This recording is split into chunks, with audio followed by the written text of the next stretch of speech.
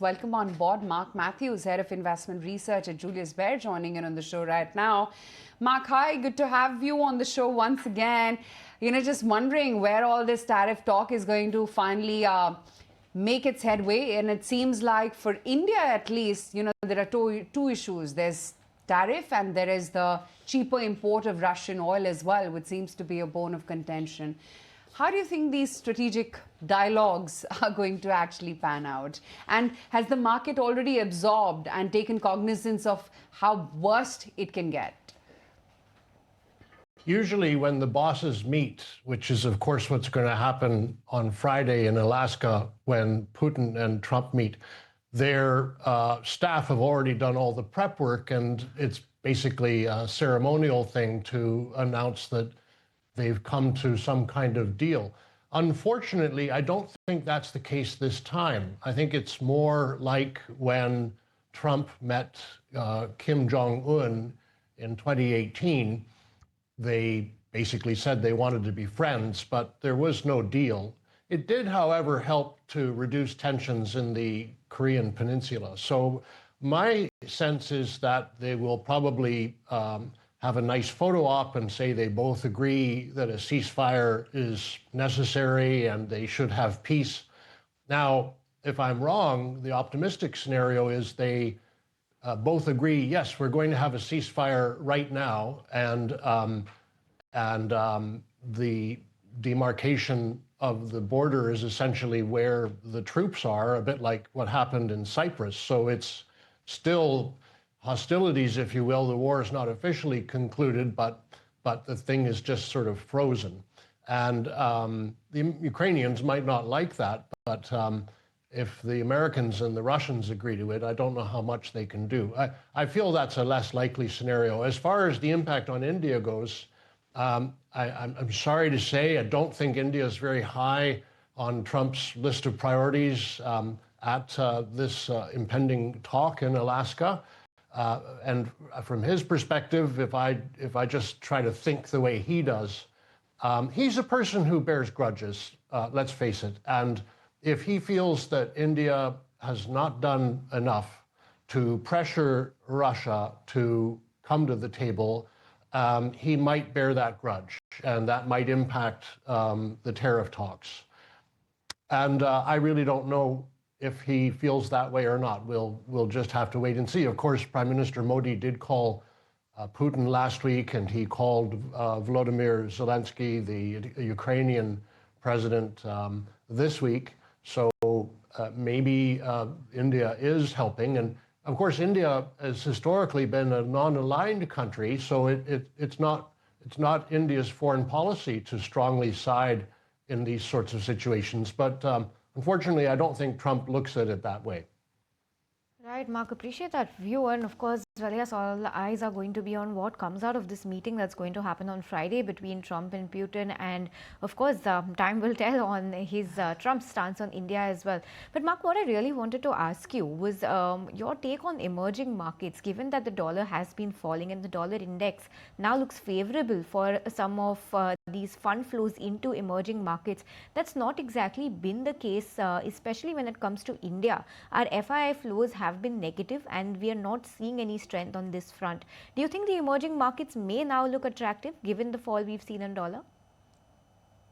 I do. I mean, the emerging markets have been, as you know, big underperformers for many, many years, well over a decade. And what that means is they are underowned by both foreigners and their own domestic investor bases. India is an exception because it has actually performed well over the last 10, 15 years, and the domestic investor base has been an active participant in the market, which means it is actually kind of expensive, to put it bluntly, where you cannot say that for most other emerging markets. They're genuinely cheap. And I think the emerging markets will continue to enjoy this positive tailwind that they're currently experiencing, in part, as you rightly point out, due to the weakness in the dollar, which means their currencies look more stable, and that tends to attract capital. Many of them actually have quite good stories. I mean, if I was just to pick one of the more obscure ones out of a hat, Egypt has done a lot of reforms, and they're allowing their currency to trade at market prices, and they're selling off state-owned enterprises. And so just to use it as an example, I mean, that's a market that trades on 4 times price to earnings because it's been in the doldrums for so many years. Now, we can't say that about India. It's on 20 times price earnings. So it's a little different from the majority of the emerging market asset class. Yeah. Though, Mark, I often wonder whether all this is just a tactical move. The fact that investors are weaning out a little bit out of the US equity markets, deploying that money into emerging markets. Is it just sort of wait and watch approach right now till there is complete clarity on tariffs? Well, no, I think the markets are of the view that the tariffs will not be an issue for the US or world economy. Otherwise, share prices wouldn't be where they are. So people aren't waiting and watching. They're actively buying. India, obviously, once again, foreigners haven't been buying India. I'm not entirely sure why, to be honest. The outflows have been so big this year. But the good news is domestic investors have been very willing buyers of the market, and therefore, it's not a great market this year. It's only flat, the benchmark Nifty, but it's not negative. Right, Mark. So that's the take on that. I'm just going through some of your sectoral views, and banks and IT is what we can see, especially banks. They continue to remain your preferred pick, especially the larger banks.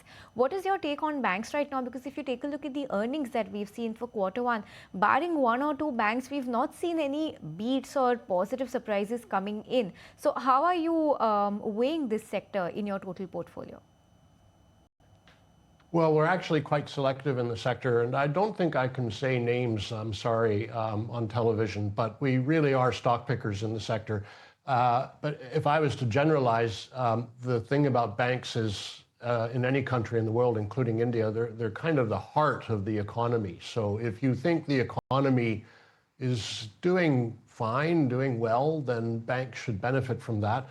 And in India, there are these big tax cuts from the budget that should flow through into the economy. The caution that the RBI had placed on banks extending new credit last year because the loan deposit ratio, was going up quite quickly over the previous few years. That caution has reversed, and RBI, as you know, is cut by 100 basis points over the last 5 months. So. And we've got, the festive season coming up, et cetera. So all of those, I think, should play into good economic growth, and banks would be a proxy of that. Right.